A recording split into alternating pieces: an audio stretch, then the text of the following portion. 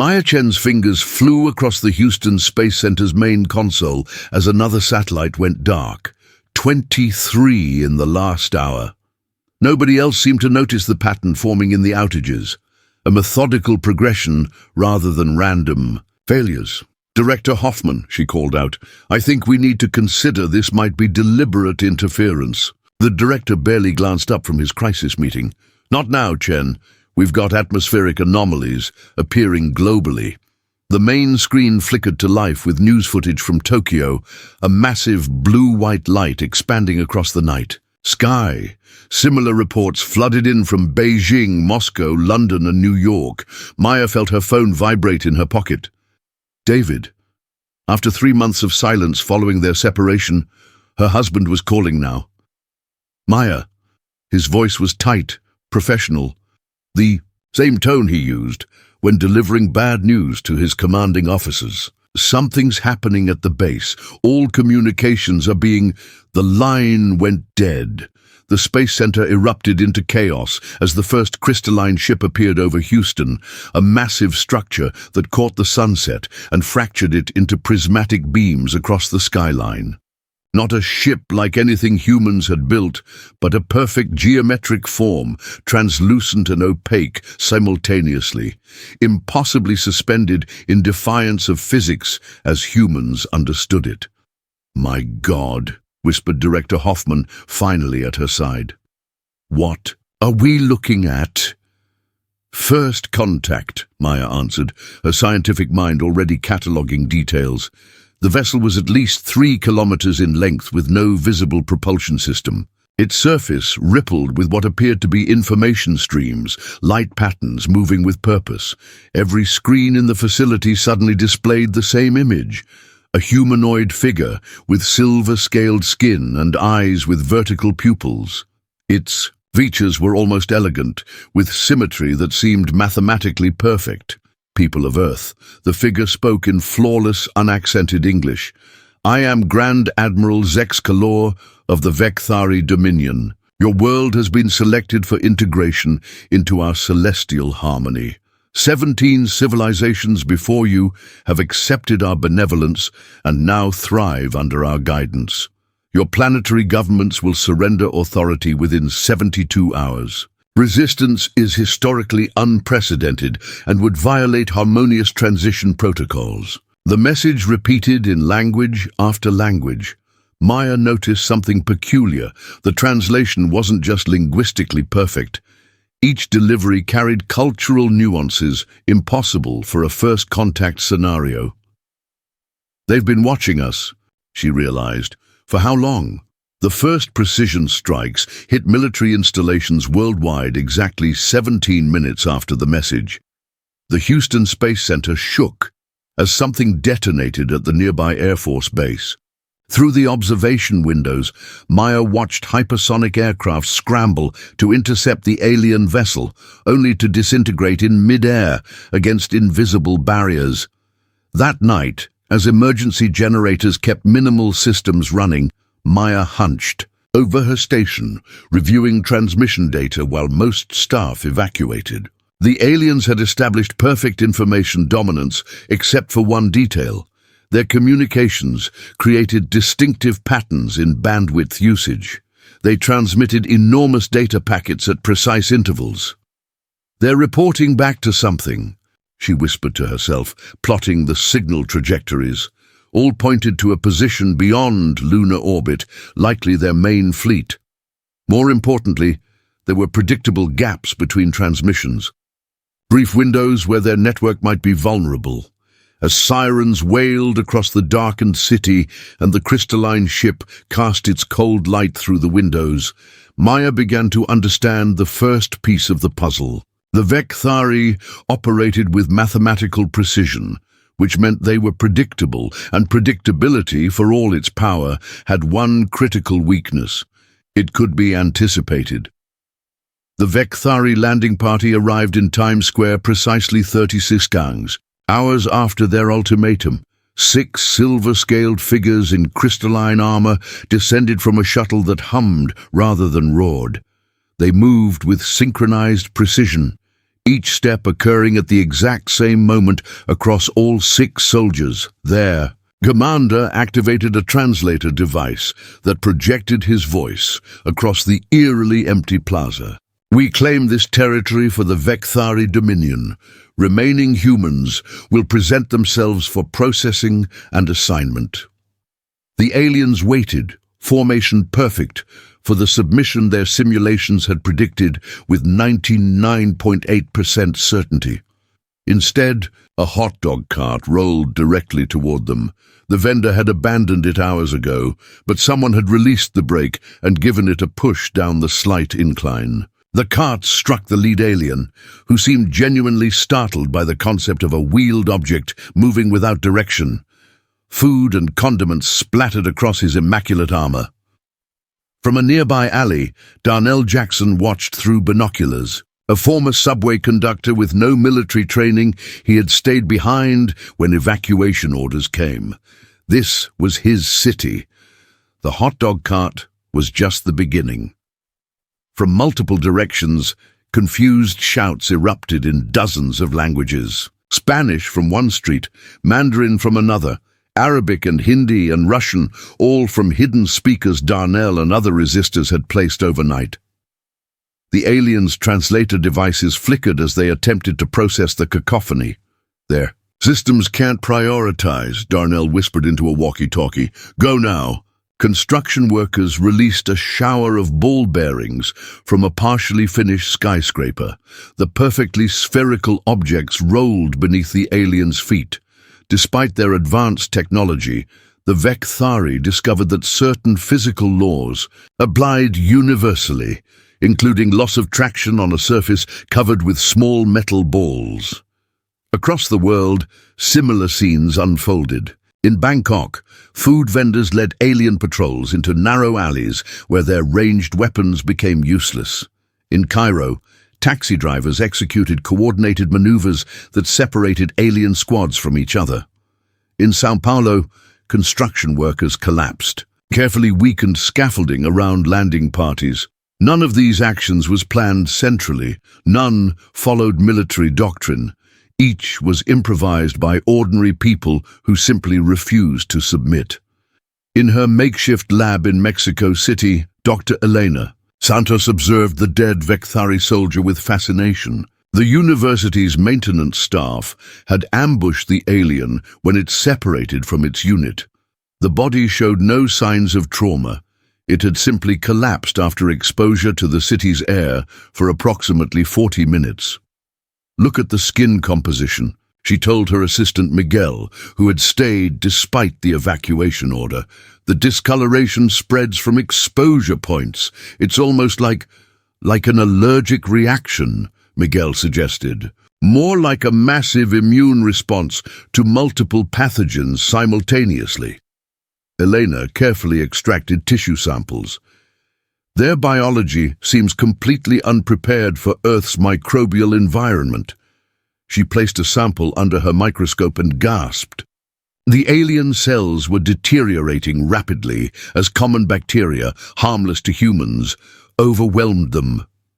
"They have no resistance," she whispered, "no immune adaptations at all." At that moment, her satellite phone buzzed, one of the few communication methods still functioning. The caller ID was unknown. "Dr. Santos?" A woman's voice came through. "This is Maya Chen from Houston. We're establishing a secure network for scientific collaboration. Your expertise in xenobiology might be crucial." "How did you find me?" Elena asked. "People talk, even during an alien invasion," Maya replied. "Especially about a scientist who stayed behind to study the invaders. We need to understand their weaknesses before they adjust their tactics."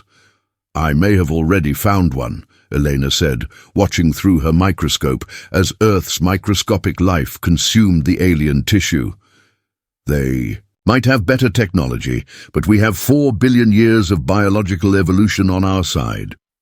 Dr. Elena Santos stared at her computer screen in disbelief. The encrypted video conference connected 17 scientists from 12 countries, all working from hidden locations with whatever equipment they had salvaged. The progression is consistent across all samples, she explained, sharing microscopic footage of Vekathari tissue degradation. Their cellular structure has no defense mechanisms against Earth's microbiome. Even common bacteria, like Staphylococcus epidermidis, which lives harmlessly on human skin, attacks their tissues aggressively. From his basement lab in Toronto, Dr. Rahman nodded. My team observed the same with recovered armor fragments. Their equipment shows microscopic pitting after just hours of exposure to our atmosphere. They evolved in an environment fundamentally different from Earth's biological complexity. Maya Chen, coordinating from her mobile command post, leaned forward. Can we weaponize this knowledge? Elena hesitated. I'm a doctor. I took an oath to heal, yes, interrupted Dr. Youssef. From Cairo, but these invaders have already destroyed 3 major cities. Their ship commanders show no remorse, no hesitation. They're also suffering, Elena insisted. I've observed their field medics trying desperately to treat their soldiers. They don't understand what's happening. The video feed from Seoul suddenly strengthened as Jin Ho Park joined the call. The acoustic engineer's lab was a chaos of equipment, speakers, oscilloscopes, and modified audio gear surrounding him. I may have something complementary to Dr. Santos's discovery, he said. His graduate student Minji appeared on screen, holding what looked like a modified tuning fork connected to amplification equipment. Their technology has a fatal resonance vulnerability, Jinho explained. Watch. Minji approached a small piece of recovered alien material, a crystalline shard from their armor. She activated the tuning fork. At a specific frequency, the E crystal began vibrating violently until it shattered into dust. 72.5. Hertz destabilizes their crystalline technology, Jinho said. It's a frequency almost never found in nature, which explains why they never evolved defenses against it.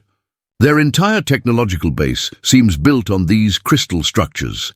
Maya's fingers flew across her keyboard, integrating this new information.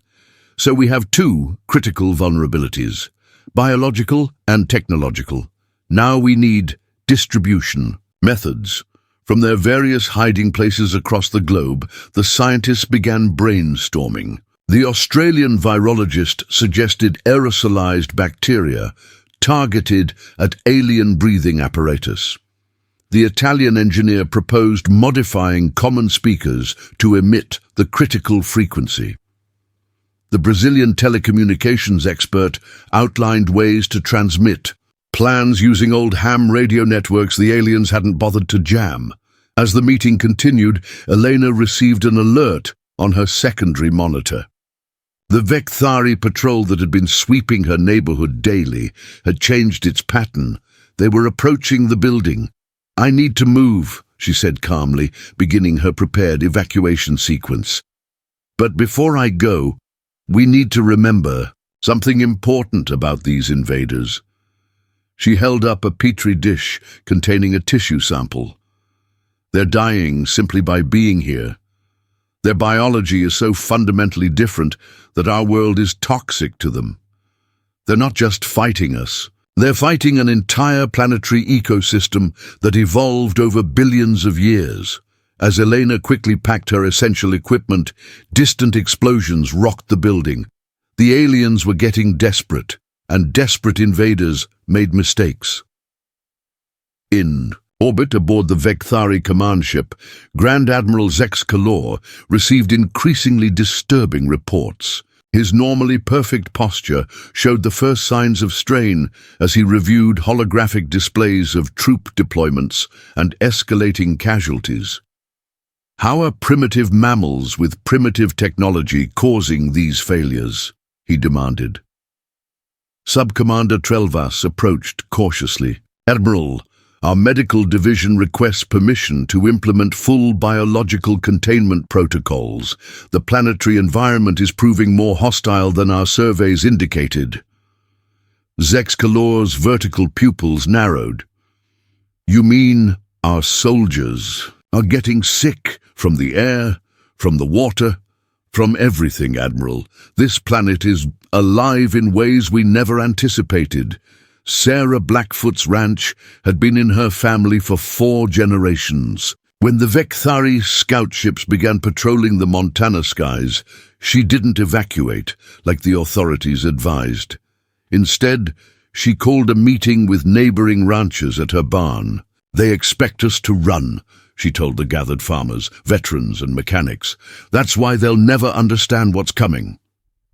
3 days later, Sarah watched through binoculars as the alien patrol approached the creek that divided her property.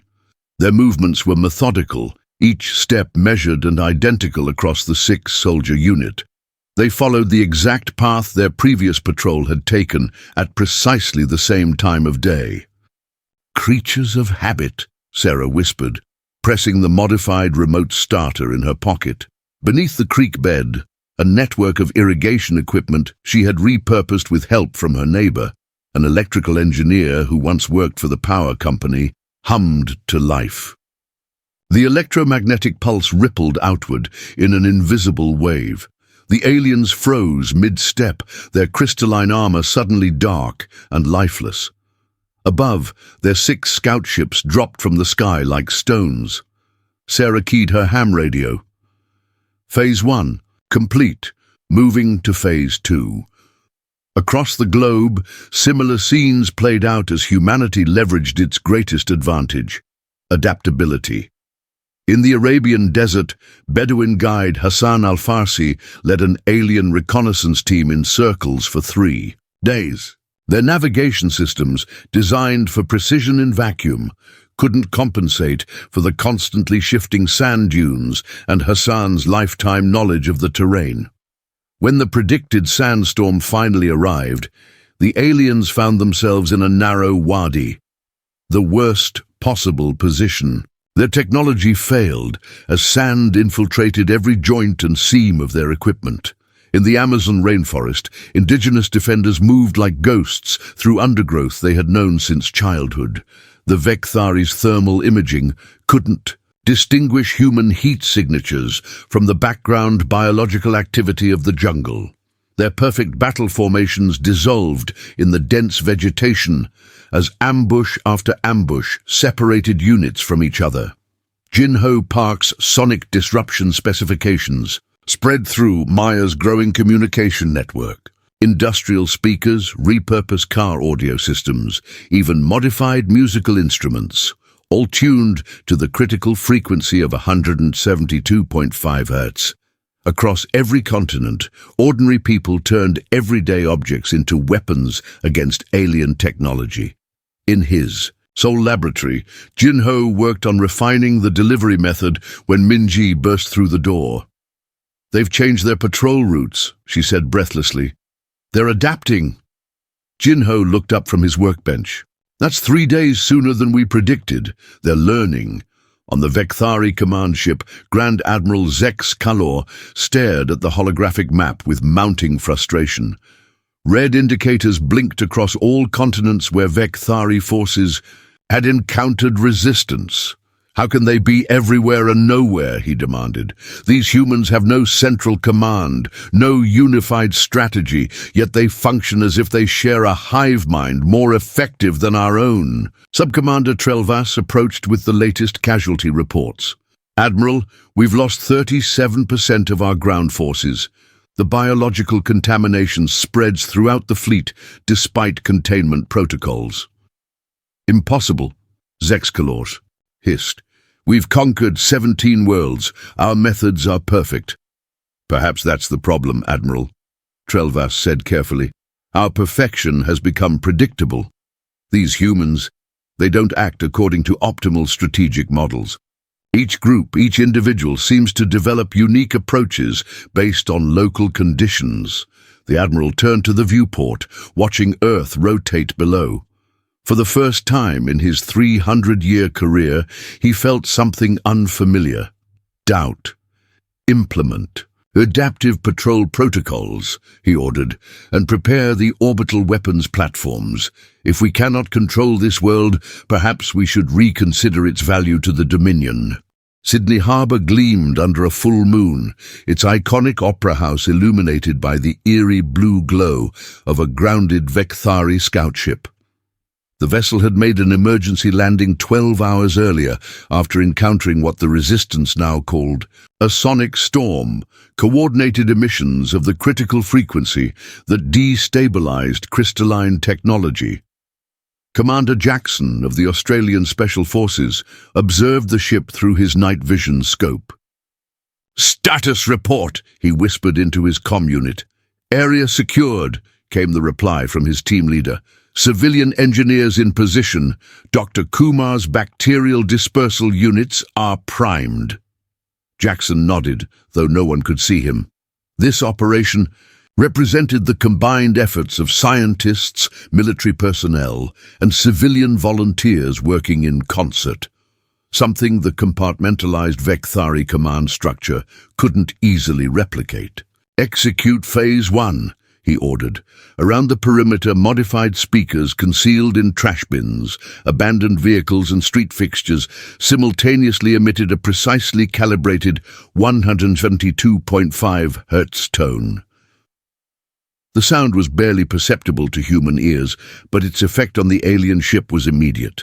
The crystalline hull vibrated visibly, its perfect geometric patterns distorting.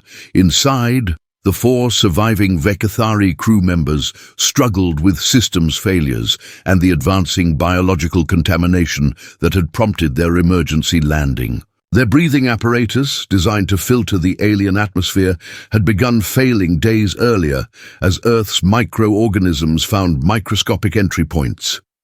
When the Australian team breached the outer hull using sonic disruptors, they found the aliens already incapacitated. Their silver skin mottled with spreading discoloration, they offered no resistance. "Secure the technology intact," Jackson ordered, "and get Dr. Kumar in here. These aliens need medical attention too." Half a world away, Maya Chen received the news at the United Nations Emergency Command Center beneath the Swiss Alps. Representatives from surviving governments watched the live feed with a mixture of relief and disbelief. "The Sydney team has secured an intact alien vessel," Maya announced. "This is our first significant victory." On the main screen, Dr. Elena Santos presented her latest findings. "The microbial adaptation is accelerating," she explained, displaying cellular-level imagery. "Earth's bacteria are evolving to target Vekthari biology more efficiently with each generation. What began as incidental exposure has become an increasingly specialized attack." "Evolution in action," remarked the British representative. "Precisely," Eleanor nodded. "Their sterile environment never prepared them for a planetary ecosystem that adapts. More concerning for them, the effect appears cumulative and transferable between ships when personnel rotate." Maya studied the tactical display, where alien vessels were shown retreating from ground positions worldwide. "They're pulling back to orbit," she noted. "But why not simply bombard us from space?" The answer came from an unexpected source. The Australian team had managed to extract data from the captured ship's systems. Transmitted to the bunker, it revealed the Vekthari's most significant constraint. "They need this planet intact," Maya realized, studying the translated directives. "Their conquest protocol explicitly forbids major planetary damage. Their entire empire depends on preserving ecosystems they can colonize." On the Vekthari command ship, Grand Admiral Zex Kalor faced growing dissent among his officers. His skin showed advanced signs of contamination, patches of discoloration spreading across his once perfect silver complexion. "The orbital cleansing protocol is our only remaining option," he insisted, his breathing labored inside his protective suit. Sub-Commander Trelvas stood before the assembled ship commanders. "Admiral, I must formally object. Such action violates our most sacred directive, preservation of habitable worlds. The Dominion's future depends on integration, not destruction. Integration has failed, Zexcalor thundered. These humans resist all attempts at proper harmonization. Perhaps, Trelvas said carefully, that is precisely why they deserve further study rather than eradication. They possess adaptability. Our society has engineered a way over millennia of perfection. Around the command table, other officers nodded in agreement. For the first time in Vekthari history, consensus was breaking down. Grand Admiral Zexcalor addressed his ship commanders, his normally perfect appearance now marred by visible lesions that his medical team could no longer completely suppress. The command chamber of the Vekthari flagship, once a model of crystalline perfection, now showed subtle signs of degradation. Microscopic fractures spreading through load-bearing structures. The sterilization of Earth will commence in 12 hours, he announced, his voice betraying no emotion despite his deteriorating condition. All landing parties will withdraw immediately. The primary cleansing beam will target the planetary core, resulting in minimal atmospheric dispersion of resources. Subcommander Trelvas rose from her position at the council table. The movement itself was shocking. Vekthari command meetings followed strict protocols, where junior officers spoke only when directly addressed. "Admiral, I must formally object," she stated, her voice steady despite the unprecedented nature of her challenge. "These humans have demonstrated adaptive capabilities unlike any species we've encountered in 17 conquests.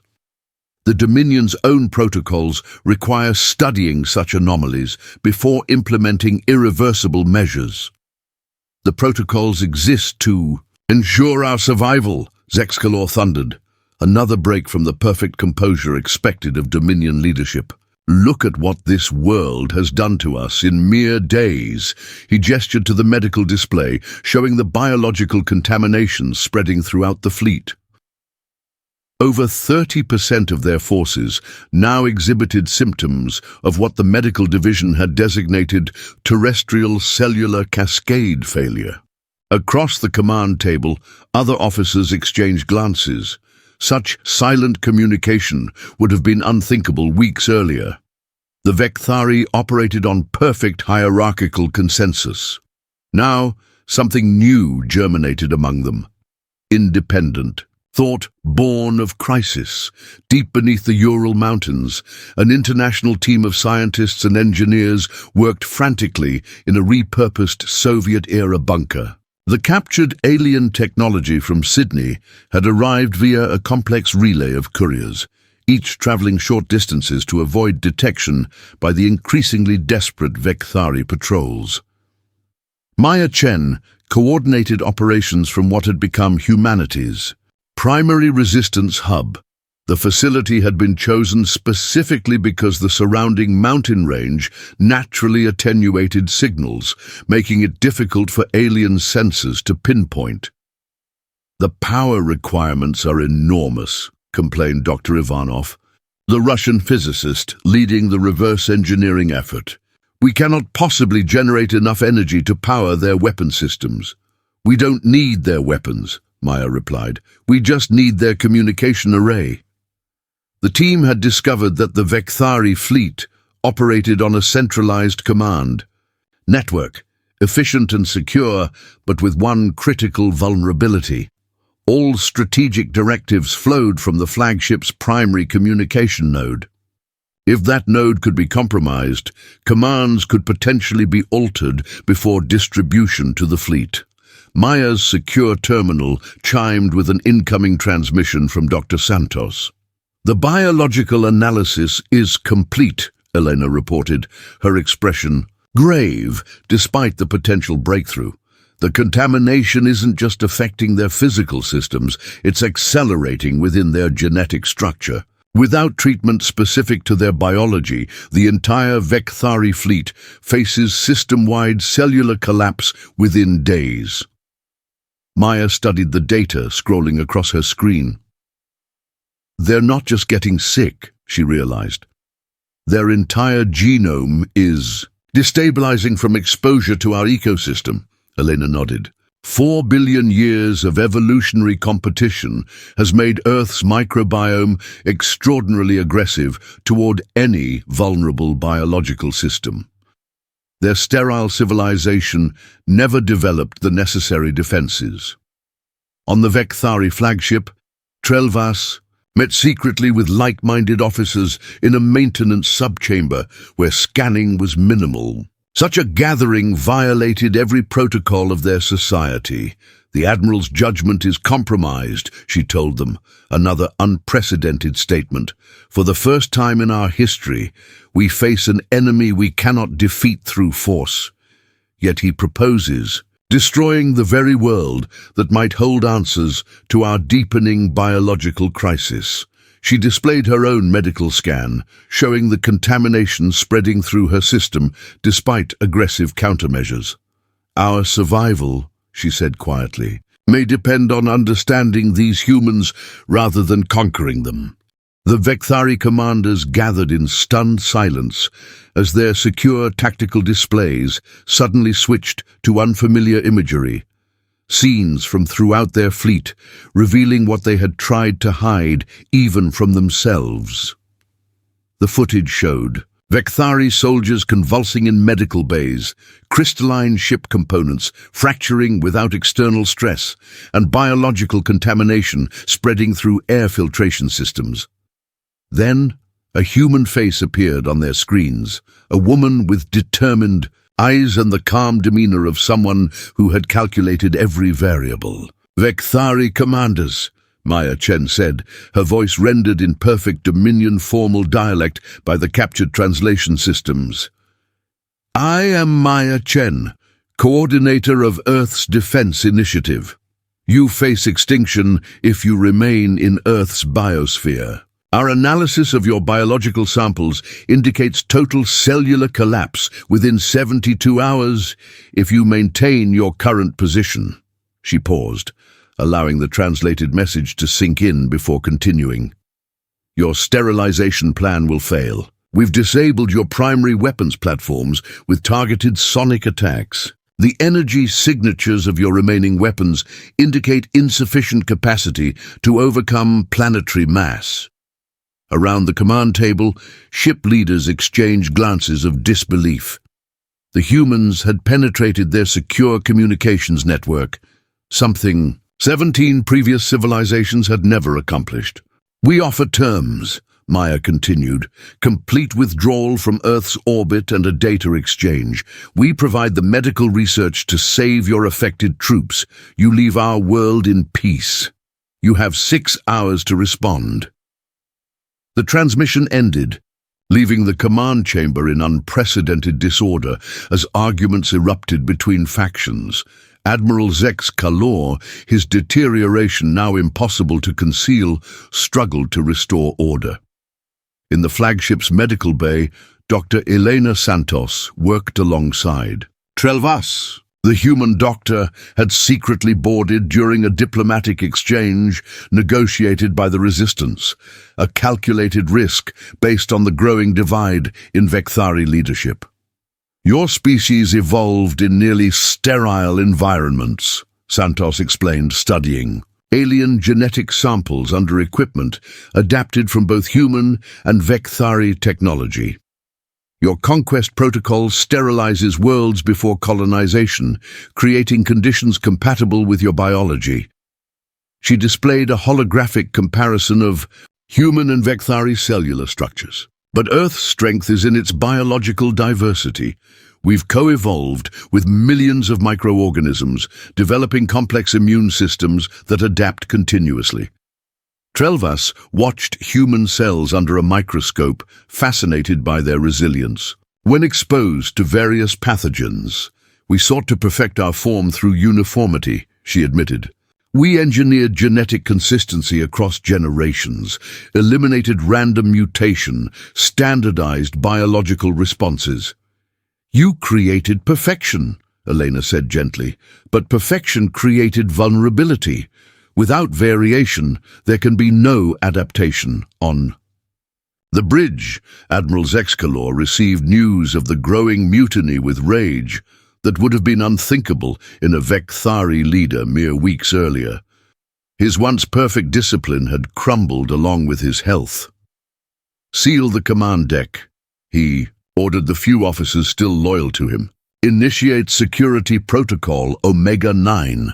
As blast doors isolated the bridge from the rest of the flagship, Zexcalor limped to the central control nexus, the only point from which the doomsday weapon could be manually activated without consensus. "Approval.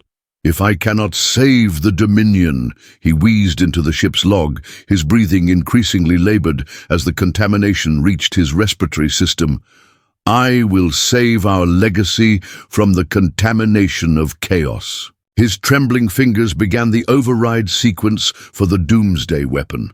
On secondary screens, he could see Trelvas and security teams attempting to breach the sealed doors, working alongside humans in an alliance that violated everything. The Dominion had stood for across centuries of expansion. The weapon's charging sequence initiated, its energy signature immediately detected by resistance monitoring systems on Earth. In the Ural Command Center, Maya's team scrambled to respond to this final desperate gambit. "All units," Maya broadcast on the emergency channel. "The flagship is activating its primary weapon. Implement countermeasures immediately." Alarms blared throughout the Vekthari flagship as the doomsday sequence initiated. Emergency lighting bathed the corridors in pulsing crimson as Maya Chen and Trelvas led a desperate team through maintenance corridors never intended for either human or Vekthari movement. "We have 5 minutes before the weapon reaches critical." "We'll charge," Trelvas explained, her voice raspy through her failing breathing apparatus. The biological contamination had progressed further in her system than she had revealed to her human allies. Through her earpiece, Maya received updates from Dr. Santos, who monitored Zexcalor's life signs remotely from the medical bay. "His biological systems are collapsing rapidly," Elena warned. "Brain function shows increasing instability. The Admiral is dying, which makes him more dangerous." The hybrid team, 6 humans and 4 Vekthari officers, reached the auxiliary control junction connecting to the bridge. 2 human engineers deployed modified sonic disruptors calibrated to the specific frequency of the command deck blast doors. "On my mark," Maya said, nodding to the Vekthari security officer who understood their technology better than any human could. 3, 2, 1... The crystalline doors vibrated and shattered, spraying fragments across the command deck. Through the breach, they found Admiral Zexcalor slumped over the central console, his once perfect silver skin now mottled with dark patches of advanced contamination. The weapon countdown proceeded on the main screen, 3 minutes remaining. Human technicians and Vekthari officers worked frantically side by side to override the system, their previous enmity forgotten in the face of mutual destruction. Maya approached the Admiral, who watched their efforts with surprising calmness. "You think you've won," Zexcalor whispered, his voice barely audible. "You don't understand what you're saving." "Then explain it to us," Maya said, kneeling beside his command chair. "The Dominion conquers because we must," he replied, his breathing labored. "Our perfect society is dying from within. No variation, no adaptation, no new genetic material, each generation more sterile than the last. We harvest biological diversity from conquered worlds to sustain ourselves." Maya's eyes widened with understanding. "Your perfection is killing you." The Admiral's laugh turned into a racking cough. "Ironic, isn't it? We achieved the ultimate society, only to discover too late that stagnation leads to extinction." Behind them, a technician shouted in triumph as the countdown froze with 7 seconds remaining. The weapon's power core cycled down, threat averted. 3 months later, the Vecthari fleet departed Earth's orbit, leaving behind technology exchanges and the promise of peaceful contact. Hybrid medical techniques developed by Dr. Santos and her Vecthari counterparts had halted their biological deterioration, though complete recovery would require generations of careful genetic restructuring. On a hillside overlooking the rebuilt Houston Space Center, Maya Chen stood with Elena Santos and Trelvas, who now served as the first Vecthari ambassador to Earth. The setting sun caught the ambassador's scales, which now showed hints of bronze among the silver, a sign of genetic recovery, and the first natural variation seen in their species for centuries. "We came seeking conquest and found salvation instead," Trelvas admitted, watching the launch preparations for the first joint human Vecthari research vessel. "Your chaotic, messy, beautiful diversity frightened us because it was everything. We had engineered a way in our pursuit of perfection." She gestured toward the stars, becoming visible in the darkening sky. "The universe is vast, but perhaps not as hostile as we both feared. Sometimes the answer to survival isn't domination, but cooperation." Maya smiled as the research ship rose on a column of light, carrying scientists from both worlds to study the biological wonders of Earth's ecosystem together. "Sometimes you need an alien invasion to remind you what makes humanity worth fighting for," she said. "Not our technology or our weapons, but our adaptability, our beautiful, imperfect chaos." In orbit, aboard the departing Vecthari fleet, the ship commanders watched their sensors detect the first signs of a phenomenon they had never recorded in 17 previous conquests. Multiple Vecthari exhibiting spontaneous genetic variations. Their perfect society had begun to evolve again, inspired by the very planet they had failed to conquer. The humans had won not by destroying their invaders, but by reminding them of what they had lost in their quest for perfection. The chaotic, unpredictable spark that makes adaptation possible and life itself sustainable across the stars.